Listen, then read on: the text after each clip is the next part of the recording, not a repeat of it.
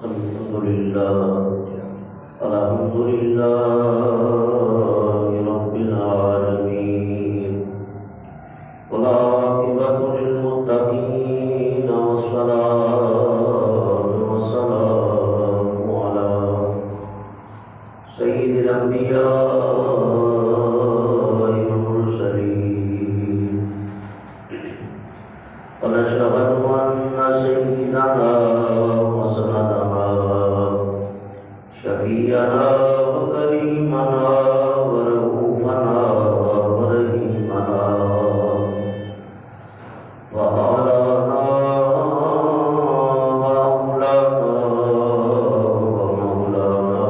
محمدا عبده ورسوله أما بعد فأعوذ بالله من الشيطان الرجيم بسم الله الرحمن الرحيم وفوق كل ذي علم عليم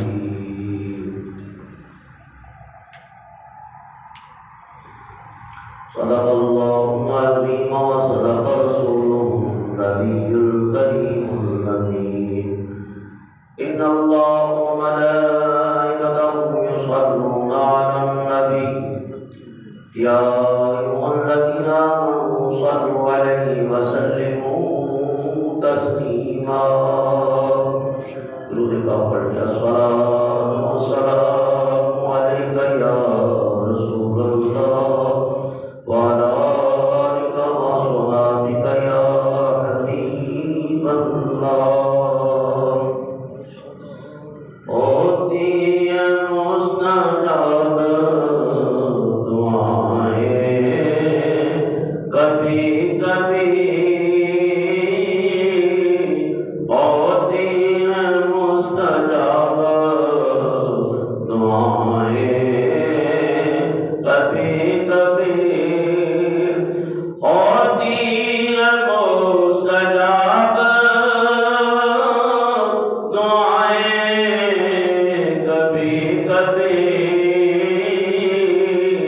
چلتی ہیں رحمتوں کی ہوائیں کبھی کبھی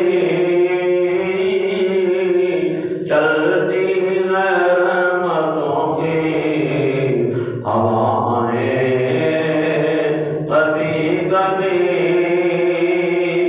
اشکوں کی روشنی میں کرے ذکر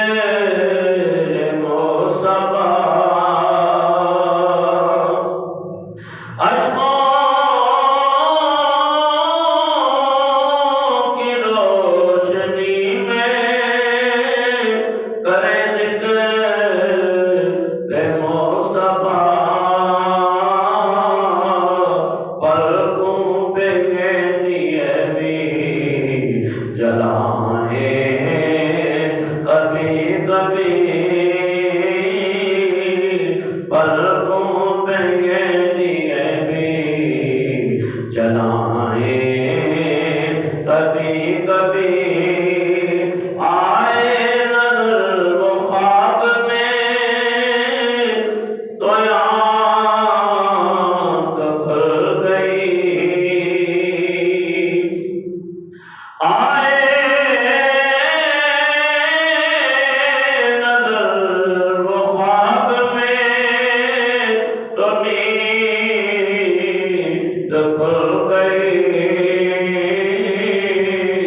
قسمت نے یوں بھی دی ہے سزائیں کبھی کبھی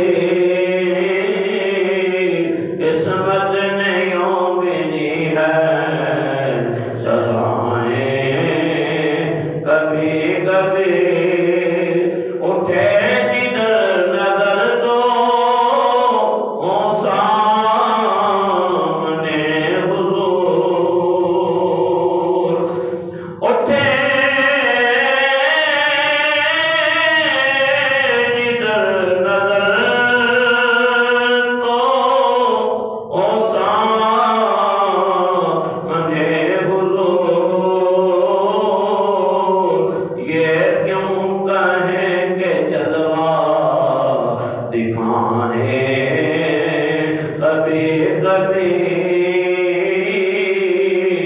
یہ کیوں کہیں کہ جلوہ دکھائیں کبھی کبھی آنسو نبی کی نعت پڑھے ہر لفظ درود ایسے بھی ان کی بزم سجائیں کبھی کبھی آنسو نعت نبی پڑھے ہر نفس درود ایسے بھی ان کی بزم سجائیں کبھی کبھی ہوتی ہے مستجاب دعائیں کبھی کبھی ملتا ہے بے سبب کبھی طیبہ کا اذن بھی ملتا ہے بے سبب کبھی طیبہ کا اذن بھی ہوتی ہے اس طرح بھی عطائیں کبھی کبھی ہوتی ہیں اس طرح بھی عطائیں کبھی کبھی کتنا بڑا کرم ہے یہ یاد حضور کا کتنا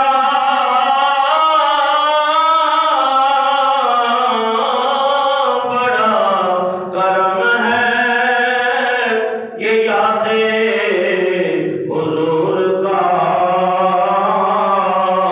آتی ہے ان کے دل سے صدائیں کبھی کبھی آتی ہے ان کے دل سے صدائیں کبھی کبھی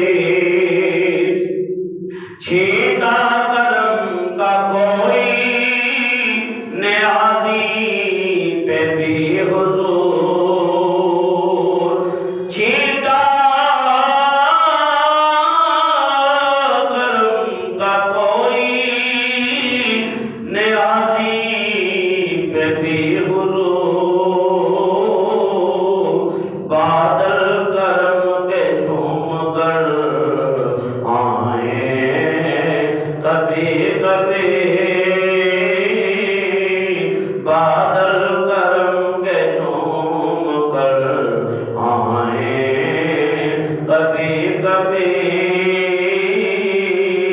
ہوتی ہیں مستجاب دعائیں کبھی کبھی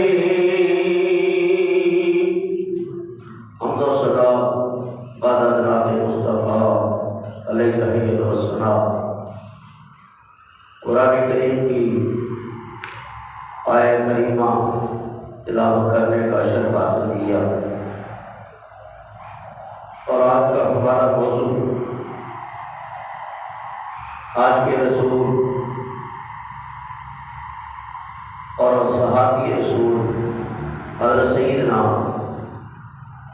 ابو ہریرہ رضی اللہ تعالی عنہ ہے اور آپ بہت بڑی علمی شخصیت اور بہت سارے فضائل و مناقب اور مرتبہ اور مقام آپ کی شخصیت اور ذات کے اندر رکھتے ہیں، اس لیے صالحین اولیاء اللہ کا ذکر جو ہے یہ انسان کے گناہوں کو مٹاتا ہے اور دلوں کو تازگی اور تربیتی بخشتا ہے۔ بلکہ بعض صالحین نے فرمایا کہ یہ خدا کے لشکروں میں سے ایک لشکر ہے، اللہ والوں کا ذکر، اولیاء صالحین کا ذکر، یہ دلوں کو تقویت اور ڈھارس دیتا ہے اور بندے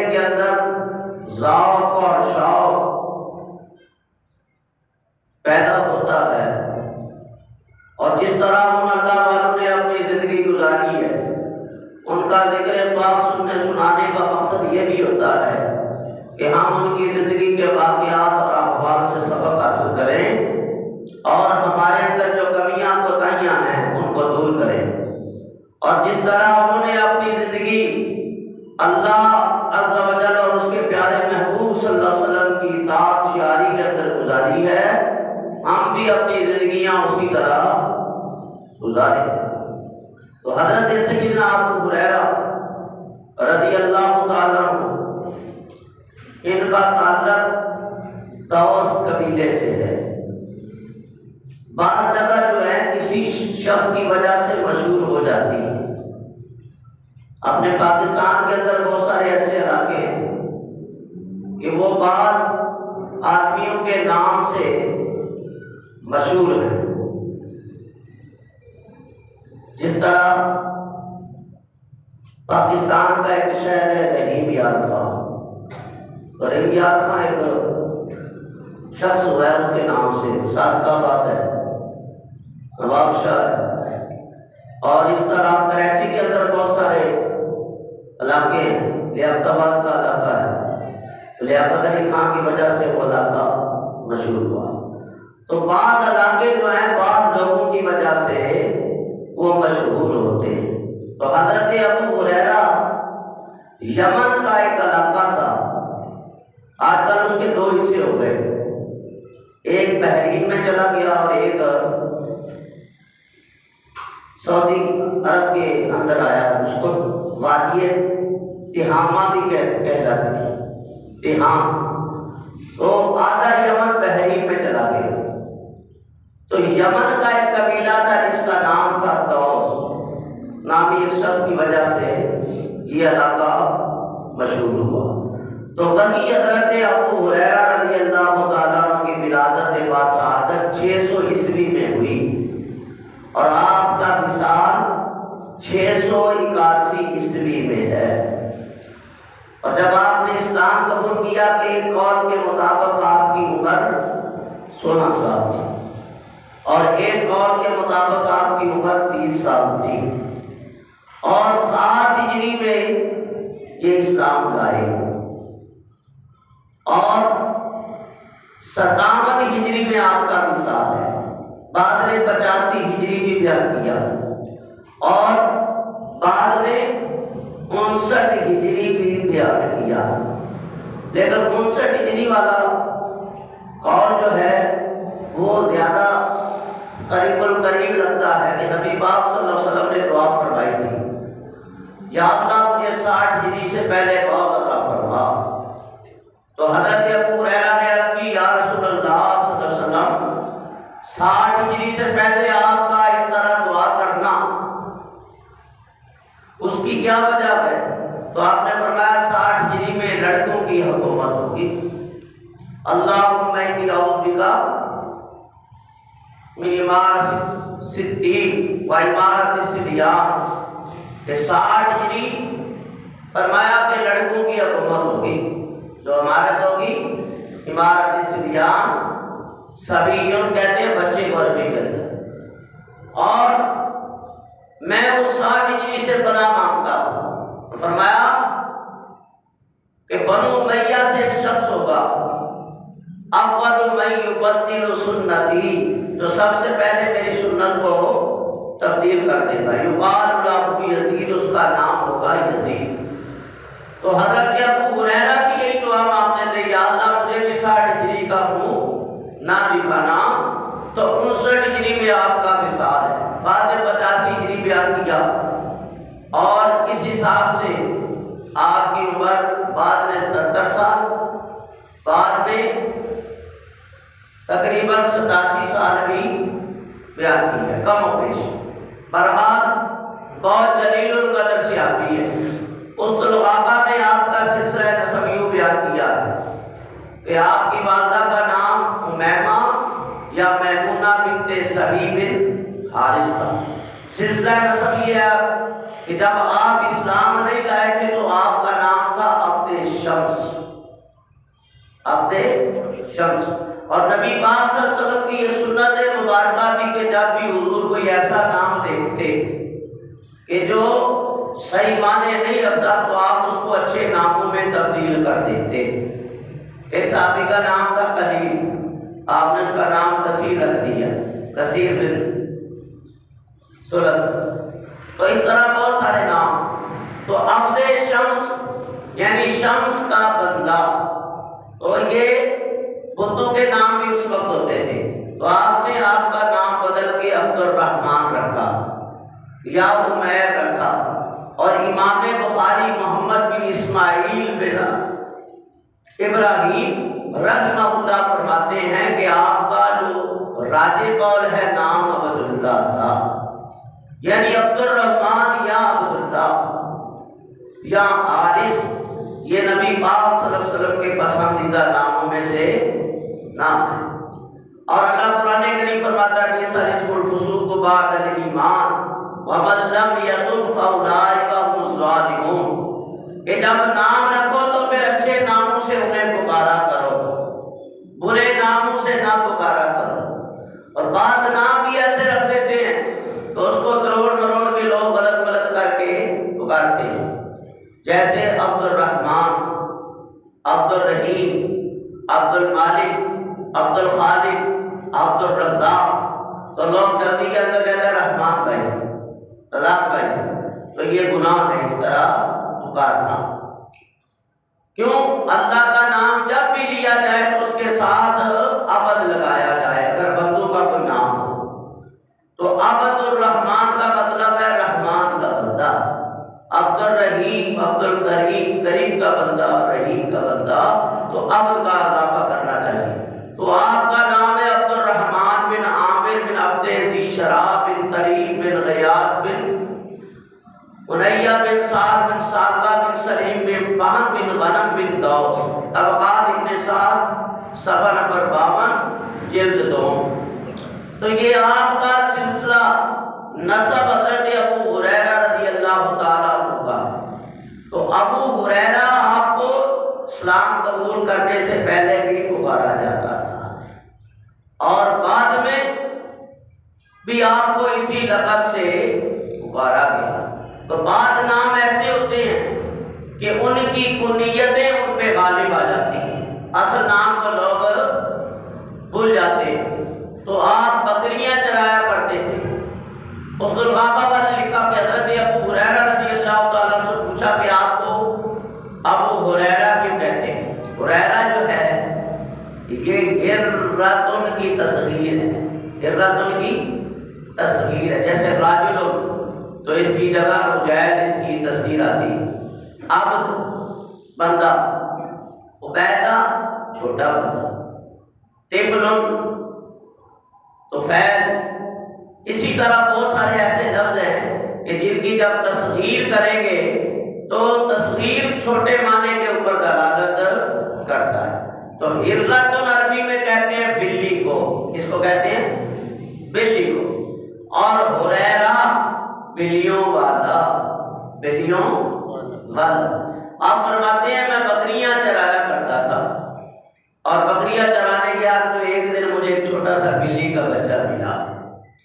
بلی کا بچہ جو ملا تو میں نے اس کو لے لیا، بکری کا دودھ نکال کے اس کو پلایا، اور آتے ہوئے میں نے ایک درخت کی کھو کے اندر اس بلی کے بچے کو ڈال دیا۔ صبح گیا تو مجھے وہاں ہی مل گیا۔ تو آپ فرماتے ہیں میں بکریاں بھی چراتا تھا اور دیر بار اس بچے سے کھیلتا بھی تھا، تو میرے سے مانوس ہو گیا۔ تو ایک دن خیال آیا کہ کہیں اس کو کوئی جانور ہی نہ مار دے، تو کہتے کہ میں نے اپنے کپڑے کی آستین میں اس بچے کو ڈالا۔ جب گھر لایا تو والد نے پوچھا کہ کیا ہے آستین میں، تو میں نے اس کو زمین پہ ڈال دیا۔ تو والد صاحب نے بھی ابو ہریرہ کہہ کے پکارا، بلیوں والے، بلیوں والے۔ اور ایک روایت جو عوام کے اندر مشہور ہے کہ نبی پاک صلی اللہ علیہ وسلم نے ان کو بلیوں کا شوق تھا، دیکھا تو ابو ہریرہ پکارا۔ اس طرح بھی ایک روایت مشہور ہے۔ بات مستند اور راجح قول جو تھا وہ میں نے آپ کے سامنے بیان کر دیا کہ بلیوں سے ان کو بڑا پیار تھا، اور ہر گھر میں بلیاں ہوتی تھی، پالتو جانور ہے، اور نبی پاک صلی اللہ تعالی وسلم کے گھر بھی بلی اور ایک اور روایت ہے، نبی پاک صلی اللہ علیہ وسلم نے فرمایا کہ بنی اسرائیل کی ایک عورت بلی کی وجہ سے عذاب دی جا رہی تھی، زیادہ بلی کو مارنا نہیں چاہیے کہ اس کی بد دعا جو لگ جاتی ہے تو اللہ کے عرش کو بھی ہلا دیتی ہے، یعنی اس کی بد دعا اس کی اللہ کے عرش تک پہنچتی ہے۔ اس عورت بنی اسرائیل جو بڑی عابدہ اور زاہدہ تھی، نیک تھی، ایک بلی کو اس نے مار دیا کہ گھر میں کوئی گوشت بنایا ہوگا، پڑوسن سے ملنے گئی تو بلی ایک ایسا جانور ہے کہ گوشت اس کی کمزوری ہے، تو اس کو چاہیے تھا ڈھانپ کے جاتی، بندوبست کر کے جاتی، اس طرح چھوڑ دیا تو وہ سارا گوشت کھا گئی۔ تو اس عورت نے اس بلی کو باندھ دیا، ایک ہفتے تک کھانے کو کچھ نہ دیا، وہ مر گئی۔ یہ عابدہ زاہدہ جب مری تو اللہ کے عذاب میں مبتلا ہو گئی کہ تو نے میری مخلوق کو مارا۔ تو اس لیے حضور فرماتے ہیں کہ بنی اسرائیل کی عابدہ اور زاہدہ ایک بلی کی وجہ سے عذاب دی گئی، اور ایک عابدہ اور زاہدہ کے علاوہ ایک فاحشہ اور بدکارہ عورت ایک کتے کی وجہ سے بخشی گئی۔ جو مر رہا تھا اس نے اس کے منہ میں پانی ڈال دیا، وہ بچ گیا، اللہ نے اس کو بخش دیا۔ اور ایک روایت اور ہے امام شافعی رحمۃ اللہ تعالیٰ علیہ کی، جن کے بارے میں آتا ہے کہ مرنے کے بعد، وصال کے بعد کسی نے خواب میں دیکھا تو کہا اللہ نے آپ کے ساتھ کیا معاملہ کیا؟ کہا اللہ نے کہ بلی کے بچے کی وجہ سے مجھے بخش دیا۔ کہا کہ جب اللہ تعالیٰ کی بارگاہ میں میری حاضری ہوئی تو فرمایا شافی میں نے تجھے پتہ کس وجہ سے بخشا؟ عرض کی عالم انت ربی، تو ہی بہتر جانتا ہے میرے رب۔ فرمایا کہ بارش ہو رہی، سردی تھی، ایک بلی کا بچہ سردی سے ٹھٹر رہا تھا، تو نے اس کو اپنے کپڑے میں ڈال دیا اور اس کا خیال کیا یہاں تک کہ وہ بچ گیا۔ تیری یہ ادا مجھے اتنی پسند آئی کہ میں نے اسی وجہ سے تجھے بخش دیا۔ تو بعض اوقات انسان نیک عملوں کی وجہ سے بھی بخشا جاتا ہے۔ تو حضرت ابو ہریرہ یمن کے قبیلہ دوس کے رہنے والے تھے، وہی آپ کی ولادت باسعادت ہے۔ آپ کے اسلام لانے کی وجہ کیا بنی؟ ایک شاعر تھے جن کا نام تھا طفیل، اور وہ تاجر بھی تھے۔ بڑی پیاری بات ہے، توجہ سے سنیں۔ وہ جب مکہ پاک آئے، ابتدائی اسلام کی بات ہے، فَاسْدَعْ بِمَا تُؤْمَرُ وَأَعْرِضْ عَنِ الْمُشْرِكِينَ۔ اللہ تعالیٰ نے ارشاد فرمایا محبوب ان بتوں کی پوجا کرنے والے مشرکین سے اپنا منہ موڑ لے اور لوگوں کو اسلام کی اور دین کی تبلیغ کرے۔ تو نبی پاک صلی اللہ علیہ وسلم نے 3 سال خفیہ دین کی تبلیغ کی، اس کے بعد علن اعلان آپ تبلیغ اسلام کرنے لگے۔ تو آپ کو پتہ ہے کہ ابتدائی اسلام میں نبی پاک کو کس قدر تکلیفیں اور اذیتیں پہنچائی گئی، کس قدر تکلیفوں کا سامنا تھا، لیکن حضور علیہ السلام نے فرما دیا کہ اگر یہ میرے ایک ہاتھ میں چاند اور دوسرے میں سورج لا کے رکھ دے، اپنے چاچا ابو طالب سے کہہ دیا تھا میں کبھی اسلام کی تبلیغ سے ہٹ نہیں سکتا۔ بڑی بڑی تکلیفیں آتی ہیں، لوگ گھبرا جاتے ہیں، یہ ہو گیا وہ ہو گیا، یار اب کیا بنے گا؟ نہیں، گھبرایا نہ کرو۔ یہ اذیتیں، یہ تکلیفیں، یہ آزمائشیں جو آتی ہیں، فرمایا تجھے تم لوگوں کے قدموں کو اور مضبوطی دیتی ہے۔ وَلِلدُّنْيَا آفَةٌ، دنیا حاصل کرنے کے لیے ایک مصیبت اٹھانی پڑتی ہے۔ وَلِلْعِلْمِ وَلِلدِّينِ آفَاتٌ، دین کے علم کے لیے اور دین اسلام کے لیے ہزاروں تکلیفیں منہ کھولے ہوئے کھڑی ہیں کہ دنیا دار کے اوپر کوئی اتنی بات نہیں کستا جتنا دیندار کے اوپر کستا ہے۔ دین کے حافظ، قاری، علماء، شیوخ اسلام طرح طرح کی اذیتیں اور تکلیفوں کا سامنا کرنا پڑتا ہے، لیکن ان کو لومۃ لائم، کسی کی ملامت کی پرواہ نہیں کرتے۔ وہ کہتے ہیں اللہ ہی کے لیے ہیں اور اللہ کی طرف جانا۔ حضرت طفیل جب مکہ آئے تو مکے کے اندر شعراء کی اس وقت بڑی قدر و قیمت ہوتی تھی، جو شاعر ہوتا تھا، اور بھلے مکے والے اس وقت مشرک تھے، کافر تھے، بت پرست تھے، لیکن ان کے اندر مہمان نوازی کا بڑا جذبہ ہوتا تھا۔ باہر سے جو قافلے آتے لوگ آتے ان کے لیے بکریاں دمبے اونٹ ذبح کرتے اور خوب مہمان نوازی کرتے، تو مہمان نوازی کی وجہ سے یہ بڑے مشہور تھے۔ تو حضرت طفیل مکہ میں آئے تو ابو جہل سے آمنا سامنا ہو گیا، بڑے بڑے کافروں نے گھیر لیا، انہوں نے ایک چین پوری بنائی ہوئی تھی، جیسے ہی وہ مکے میں داخل ہو گئی اپنے قلعے میں اسے گھیرے میں لینا ہے، گھیرنا ہے اس کو، کوئی بھی حضور کی طرف نہ جائے۔ تو طفیل نامی شاعر کو ایسی باتیں انہوں نے پڑھائی کہ یہ جادوگر ہے، یہ ہے، وہ ہے، ان کی باتیں نہ سننا، تو انہوں نے کانوں کے اندر روئی ڈال لی، کانوں کے اندر روئی ڈال لی کہ واقعہ اتنی باتیں نہیں سنوں گا۔ کہا ایک دن قدرتی طور پہ وہ حرم شریف میں آئے تو روئی ڈالنا بھول گئے۔ حرم کی زمین ہے، کعبۃ اللہ ہے، اور اس کے دامن میں اللہ کے حبیب جو ہے وہ نماز پڑھ رہے۔ نبی پاک علیہ السلام جو اللہ تعالیٰ کے ایسے محبوب اور حبیب ہیں جن کی زبان کے اندر اللہ تعالیٰ نے ایسی تاثیر رکھی ہے، ایک اچھے قاری قرآن سے جب قرآن سنتے ہو تو دل کے اوپر جب یہ تاری ہو جاتی ہوتی ہے۔ اللہ فرماتا ہے وَإِذَا تُلِيَتْ آيَاتُهُ زَادَتْهُمْ إِيمَانًا وَعَلَىٰ رَبِّهِمْ يَتَوَكَّلُونَ۔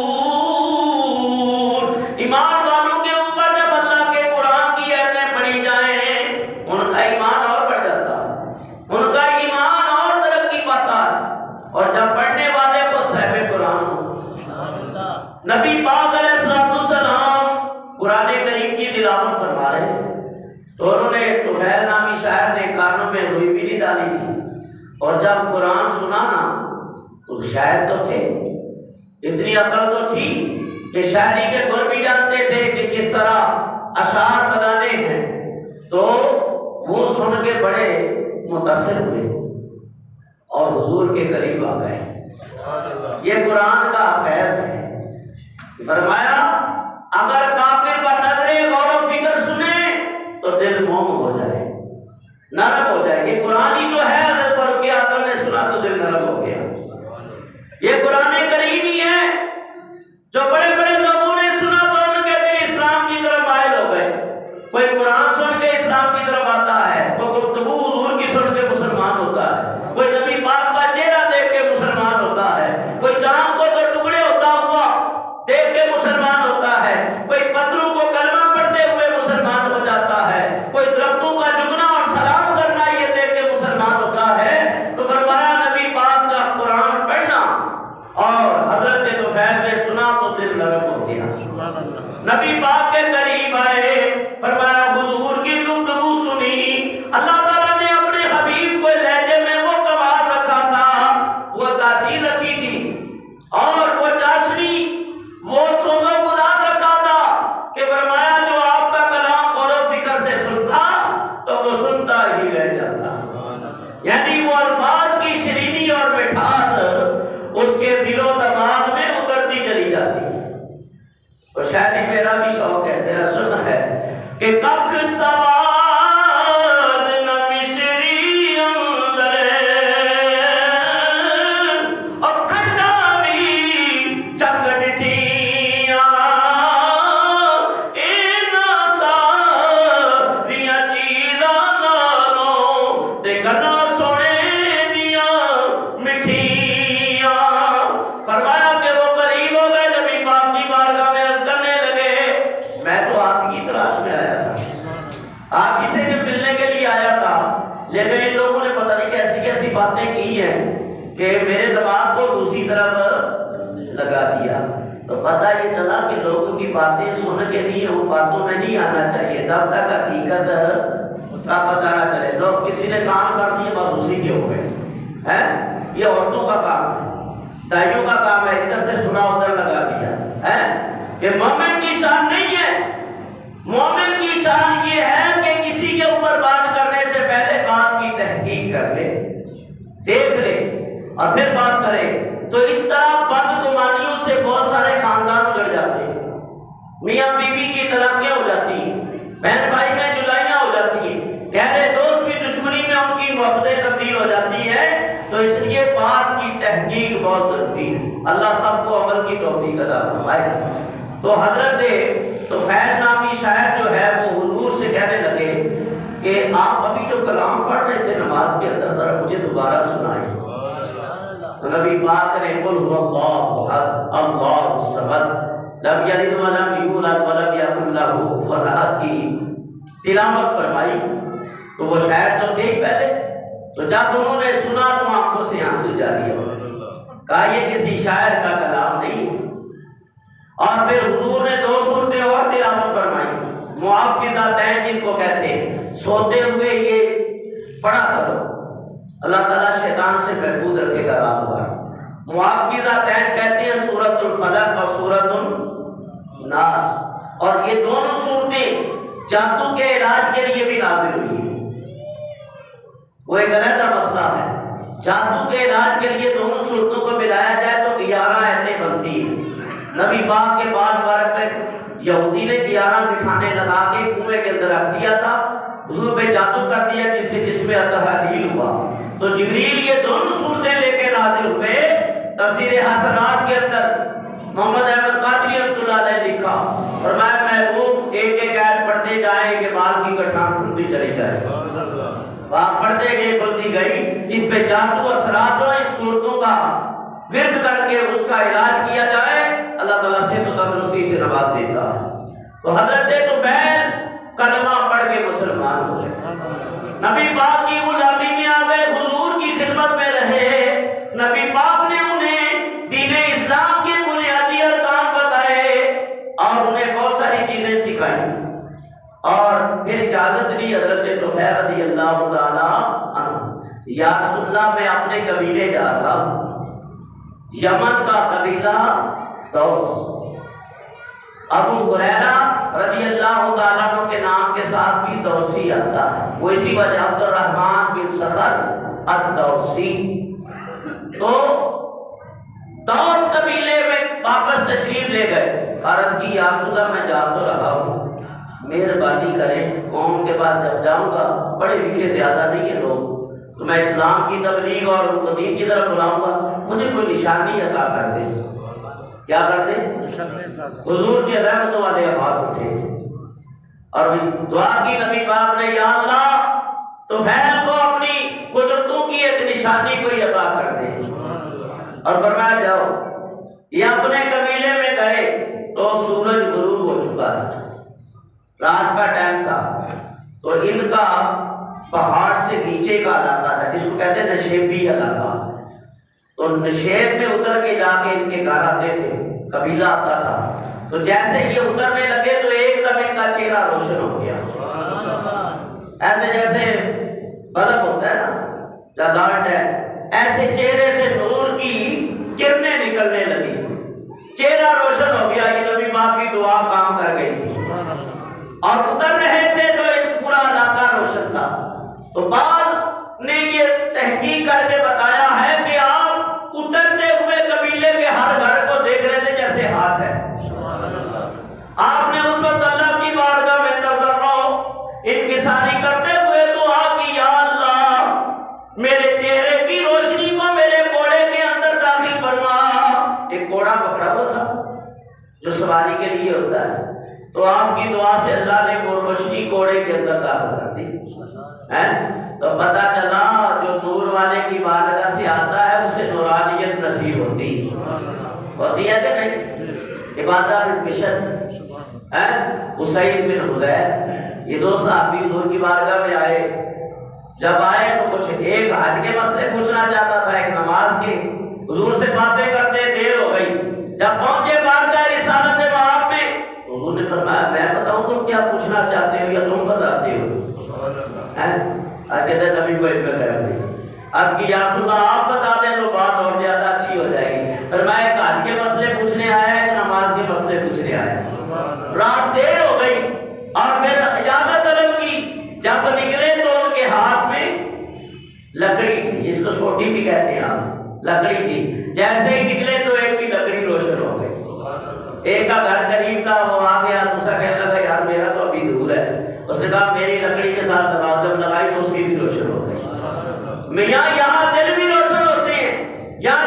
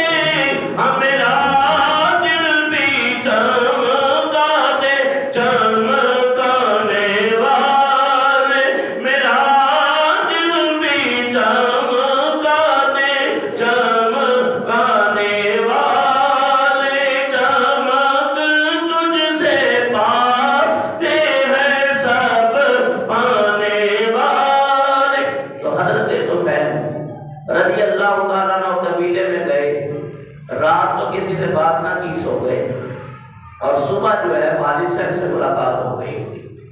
جب والد صاحب سے ملاقات ہوئی حضرت طفیل کی، معاف کرنا غلطی ہو گئی، اس کے لیے ایک بات یہ ہے، جو میں آپ کے پیچھے نماز پڑھتا ہوں، آپ کے پیچھے نماز بھی پڑھتا ہوں اور دل میں بغض بھی رکھتا ہوں اور باتیں بھی کرتا ہوں کہ یہ بات کیسی کر رہے ہیں، تو پھر میری نماز کیا ہو جائے گی؟ اس لیے یہ بتائیں۔ ہاں، جو نمازی امام سے عداوت رکھے اور باتیں کرے اور پھر پیچھے نماز پڑھے تو اس کی نماز نہیں ہوتی، اس کو چاہیے۔ بات بھی یہ میں بیان کر رہا تھا کہ غلط فہمی کا لوگ شکار ہو جاتے ہیں، اور غلط فہمی کے اندر پھر لوگ جو ہے بدگمانی کے اندر اپنے دن گزارتے ہیں۔ تو نبی پاک صلی اللہ علیہ وسلم نے حضرت زید کو یہ فرمایا تھا کہ یا زید، اے زید، تو صبح اس طرح کر کہ تیرے دل میں کسی کے لیے کھول نہ ہو، اور رات اس طرح کر کہ تو کسی سے ناراض نہ ہو۔ تو امام تو امام ہے، پھر کسی سے بھی نہیں رکھنی چاہیے۔ عالم دین کا تو اللہ تعالیٰ نے بڑا مقام رکھا ہے۔ صبح میں درس حدیث دے رہا تھا، کل اس میں ایک حدیث آئی کہ جو عالم دین کی تعظیم کرتا ہے، اللہ کے حبیب فرماتے ہیں یوں سمجھو اس نے 70 نبیوں کی تعظیم کی۔ تو عالم سے بغض رکھنے والا، بعض اوقات امام غزالی نے فرمایا ہے کہ جو علماء کو گالی دے یا ان سے بغض رکھے، عداوت رکھے، تو خطرہ ہے کہ کہیں ان کا انجام کفر پہ نہ ہو جائے۔ تو اس سے توبہ کیا کرے، کوئی وغیرہ کوئی پریشانی ہوتی ہے یا کوئی شکوہ ہوتا ہے تو بیٹھ کے کر لیا کرے، ہر مسئلے کا حل موجود ہے۔ اگر غلطی ہو گئی تو آپ صلح بھی ہو سکتی ہے، بھائی معاملات طریقے کار سے حل ہو سکتے ہیں، اللہ عمل کی توفیق عطا فرمائے۔ تو حضرت طفیل صبح ہوئی تو والد ملنے کے لیے آئے، کہنے لگا ھذا فراق بینی و بینک، کہ ابا میرے قریب نہ آئے، میرا اور آپ کا تعلق نہیں رہا۔ باپ نے پوچھا اے جانے پدر کیا بات ہے؟ جواب دیا اسلمت وتابعت دین محمد صلی اللہ علیہ وسلم، میں اسلام لے آیا ہوں اور میں نے محمد مصطفیٰ کی پیروی اور اطاعت اختیار کر لی ہے۔ تو باپ جو تھا وہ بھی سعید الفطرت تھا، اس کا بھی بڑا دماغ، اور انہوں نے فوراً جواب دیا، تلخ جواب دینے کی بجائے کہا فدینی دینوں کا، تیرا دین میرا دین ہے۔ حضرت طفیل کا چہرہ فرت مسرت سے گلنار ہو گیا اور بولے اچھا آپ غسل کر کے کپڑے پہنے اور پھر میرے پاس آئے۔ تو باپ نے غسل کیا، بیٹے کے پاس آئے اور انہوں نے پڑھایا کہ پڑھو لا الہ الا اللہ محمد رسول اللہ، جس کے ذریعے ایک آدمی مسلمان ہو جائے۔ بعض روایتوں میں آتا ہے کہ 100 شہیدوں کا ثواب اسے ملتا ہے، اور بعض روایتوں میں آتا ہے کہ 1200 شہیدوں کا ثواب۔ اور میں فخریہ طور پہ میں نہیں آپ کو کہہ رہا، الحمدللہ 12 عیسائی اور ہندوؤں کو کلمہ پڑھانے کی مجھے بھی سعادت نصیب ہوئی، عیسائی اور ہندو۔ ایک عورت میرے پاس آئی، وہ رشیا کی رہنے والی تھی، بینک میں مینیجر تھی، تو اس نے کوئی خواب دیکھا، تو کہا میں اس کو بلال مسجد میں ہوتا تھا، تو اس کی والدہ عیسائی تھی، وہ بھی مسلمان ہوئی، وہ عورت بھی مسلمان ہوئی، اس کے شوہر تو مسلمان تھے، پاکستان کے تھے۔ تو کہا میں نے رات خواب دیکھا کہ میں درخت کے نیچے ہوں اور حضرت محمد صلی اللہ علیہ وسلم میرے سامنے جلوہ فرما ہے، اور حضور کو تو اللہ نے تمام کائنات کے لیے نبی بنا کے بھیجا ہے، آپ ہر زبان بھی جانتے ہیں اور ہر امتی کو بھی جانتے ہیں۔ تو کہا کہ انہوں نے جو رشید زبان ہے میری زبان کے اندر مجھ سے کلام کیا، اور کہا میں محمد صلی اللہ علیہ وسلم ہوں اور بیٹی تجھے کلمہ پڑھانے کے لیے آیا۔ تو وہاں صاحب نے بھی کلمہ پڑھا، ظاہری کلمہ اس کو، مجھے یہ سعادت ملی، تو میں یہ سمجھتا ہوں کہ میری بخشش کا ذریعہ ہو گیا۔ اللہ تعالیٰ سب کو دین اسلام کا کام اخلاص کے ساتھ کرنے کی توفیق عطا فرمائے۔ حضرت طفیل کی تبلیغ سے باپ بھی مسلمان ہوئے اور بیوی بھی مسلمان ہو گئی، اور دوسری تبلیغ تھی کہ حضرت ابو ہریرہ بھی مسلمان ہو گئے، جن کا آج میں ذکر کر رہا ہوں۔ یہ حضرت طفیل کی کوشش تھی اور ان کی محنت رنگ لے آئی، اور یہاں تک کہ وہ بھی کلمہ پڑھ کے مسلمان ہو گئے۔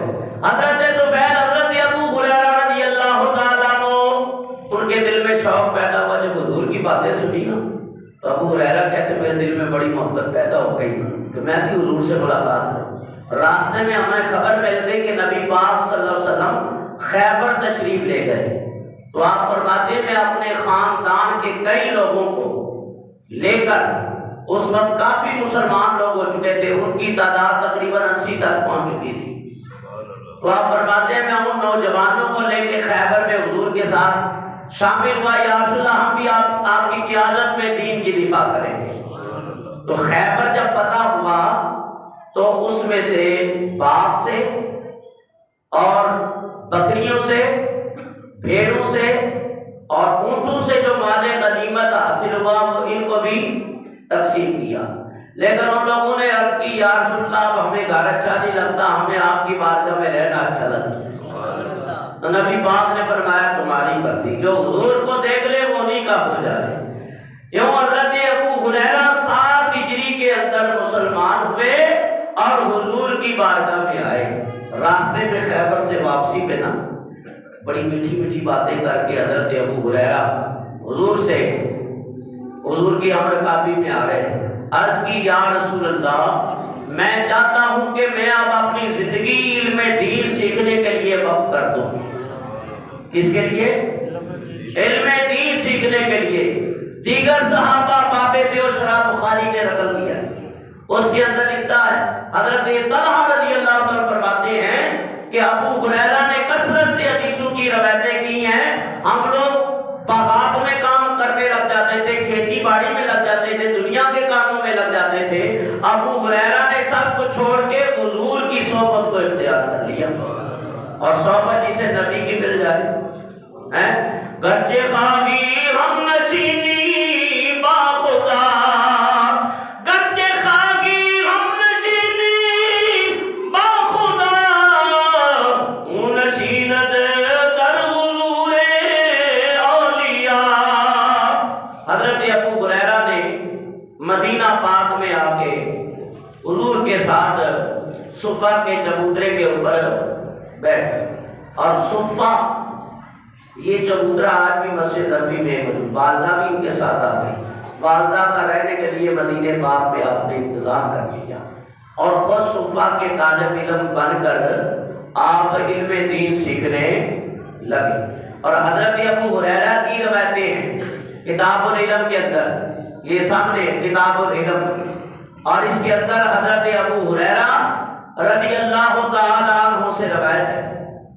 حضرت ابو ہریرہ فرماتے کہ اللہ کے پیارے حبیب علیہ السلام فرماتے کہ من سلک طریقا یلتمس فیہ علما سہل اللہ لہ طریقا للجنۃ وما اجتمع قوم فی بیت من بیوت اللہ یتلون کتاب اللہ ویتدارسونہ بینہم الا نزلت علیہم السکینہ وغشیتہم الرحمہ وحف الملائکہ وذکرہم اللہ فی من عندہ ومن بطع عملہ لم یسرا بہ۔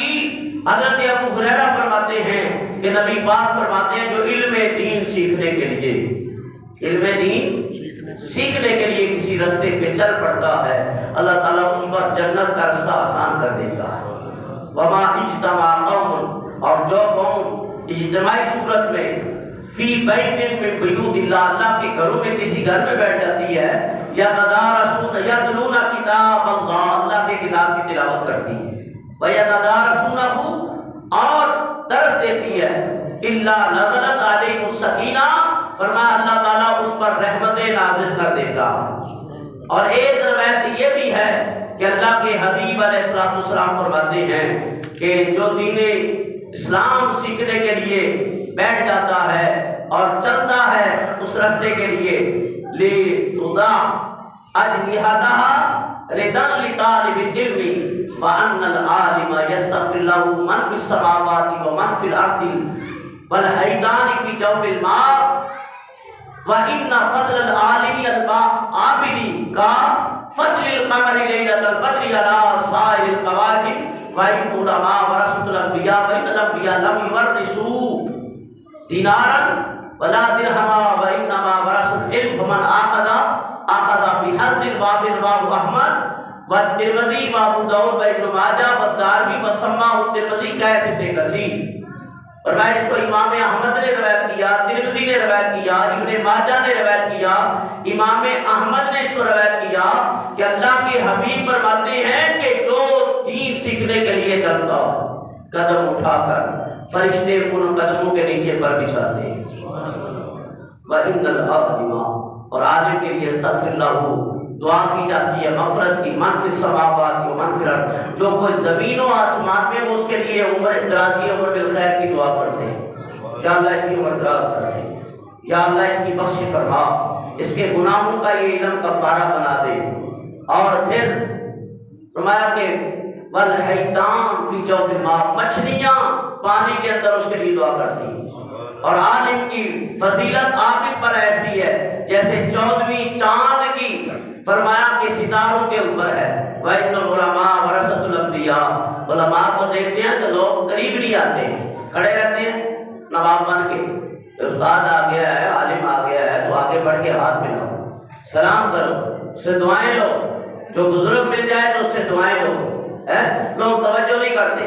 ہاں اگر کوئی لاکھوں پتی یا اربوں پتی یا چائے کی پتی ہوتا، چائے کی پتی سمجھ لو، اس کو چوک چوک کے ملک صاحب، چودھری صاحب کیا حال ہے، عالم ہے بہت ہی چھٹ پر آئے. پتہ کل قیامت کے دن چلے گا کہ جب علماء قیامت کے دن شفاعت کریں گے تو پھر ان کے مرتبے اور مقام کا پتہ چلے گا. ادھر لاکھوں روپے فیسیں دے کے تم علم حاصل کرتے ہو، ڈاکٹر اور انجینئر اور اسکالر بنانے کے لیے. ایک آدمی نہیں کہتا ہو حدیثیں پڑھو، قرآن پڑھو، اس طرف توجہ نہیں. تو کل قیامت کے دن حضور کے سامنے کیا چہرہ لیتے جائیں گے؟ نبی پاک نے فرمایا تم نے میرے دین کے لیے کتنا وقت نکالا ہے، تو لگ پتہ جائے گا پھر کیا جواب دیں گے. تو یہ صفہ کا چبوترا جو نبی پاک نے سب سے پہلا مدرسہ یہاں قائم فرمایا اور فرمایا یہاں تشریف لائے 2 بڑے استاد رکھے، ان کو حضور نے سکھایا. ایک حضرت سید القراء ابی بن کعب ہے، ایک عبادہ ابن صامت انصاری رضی اللہ تعالیٰ عنہ. حضور خود بھی پڑھاتے تھے اور ان کو پڑھا کے استاد بنا دیا کہ تم بھی ان طلباء کو پڑھایا کرو. اور فرمایا کہ انما بعثت معلما، حضور فرماتے ہیں میں استاد بنا کے بھیجا گیا. اور فرمایا من عثمان رضی اللہ تعالیٰ عنہ قال قال رسول اللہ صلی اللہ علیہ وسلم خیرکم من تعلم القرآن وعلمہ، تم سے بہتر وہ ہے جو قرآن پڑھے اور پڑھائے. اسی صفہ کے چبوترے کے اوپر بڑے بڑے شاگرد آپ میں بکری میں ان کے نام لوں. فرمایا حضرت ابو ہریرہ ہیں، حضرت طلحہ ہیں، حضرت عبد الرحمن بن عوف ہیں، حضرت عبداللہ ابن عباس ہیں، عبداللہ ابن زبیر ہیں.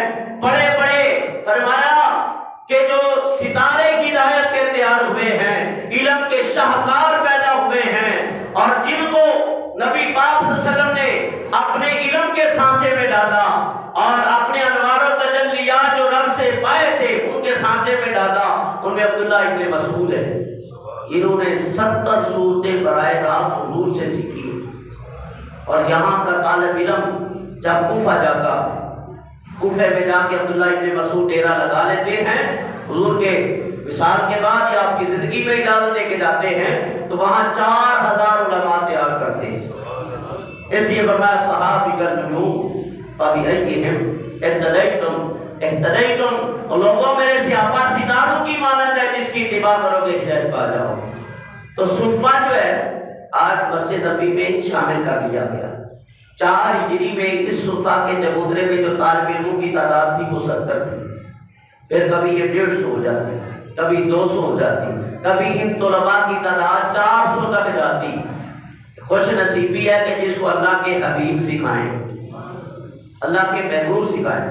فرمایا اللہ فرماتے ہیں الرحمن علم القرآن، فرمایا وہ رحمان ہے جس نے قرآن سکھایا. جس کو کائنات کی جان کو نبی پاک کو رب نے پڑھایا اور حضور نے صحابہ کرام کو پڑھایا اور صحابہ کرام سے آگے یہ سلسلہ چلتا رہا. صفہ کے چبوترے کے طالب علم جن کے لیے اہل مدینہ جو بنتا سرتا، گھر میں سے کھانا بنتا. حضور نے فرمایا ہوا تھا کہ گھر میں اگر 2 آدمی کا کھانا بنتا ہے تو ایک آدمی کا زیادہ بنا کے ایک آدمی کا کھانا ایک طالب علم کو گھر لے جایا کر، اس کو کھانا کھلایا کرو، اور جس کے گھر 3 کا بنتا ہے وہ 4 کا بنا لے، ان طلباء کو لے جایا کرے، وہ کھانا کھلایا کرے۔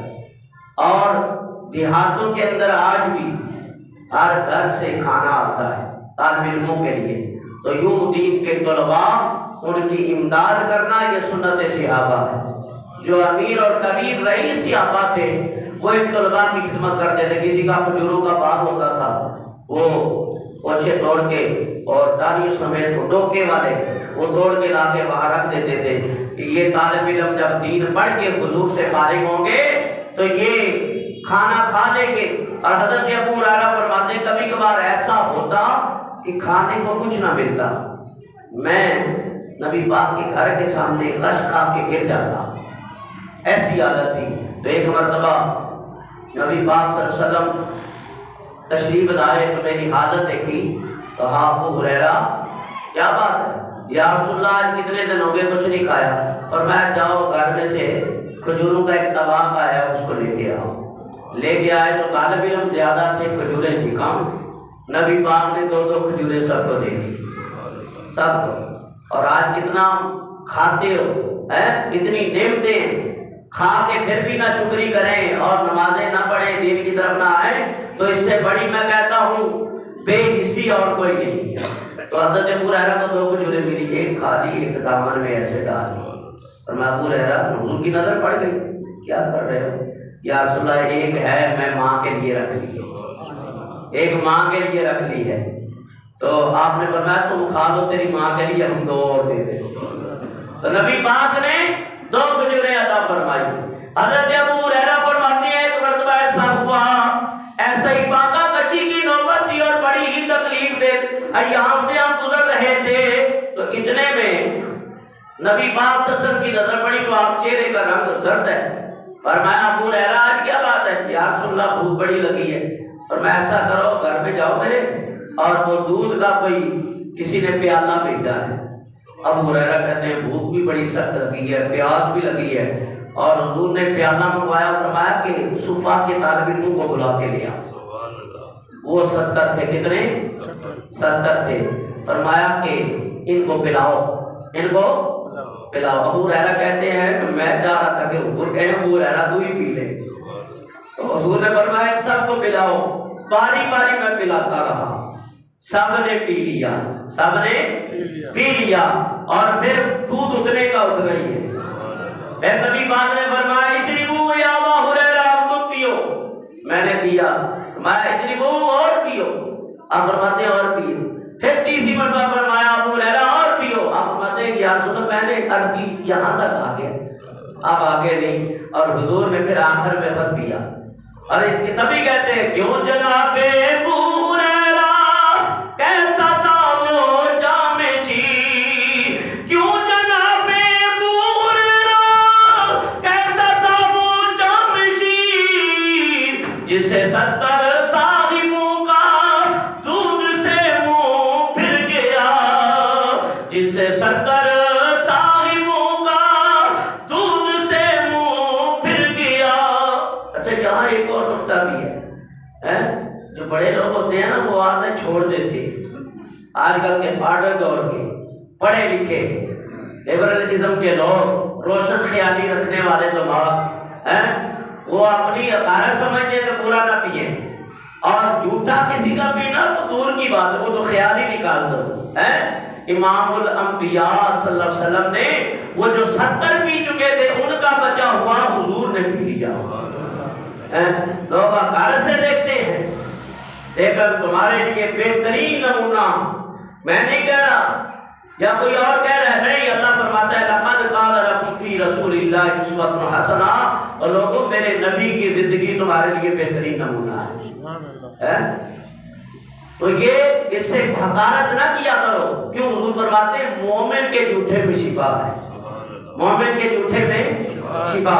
اور سیدہ عائشہ صدیقہ جہاں سے نبی پاک نوش فرماتے پانی یا دودھ، آپ اسی جگہ اپنا منہ مبارک رکھ لیں، اور جہاں سے سیدہ پیتی حضور اسی مقام پہ اپنا منہ مبارک رکھ لیں۔ یہ میاں بیوی کی ایک محبت تھی۔ اور ذرا صحابہ کرام بھی حضور کا بچا ہوا پیتے تھے اور اپنے لیے سعادت سمجھتے تھے، اور نبی پاک صلی اللہ علیہ وسلم یہ ایک لکڑی کا پیالہ نما بنا ہوا تھا، بڑا تھا تھوڑا، 4-5 سے جس میں کھانا آ جائے، اور جس کے بعد جو کچھ ہوتا تھا لا کے ڈال دیتے۔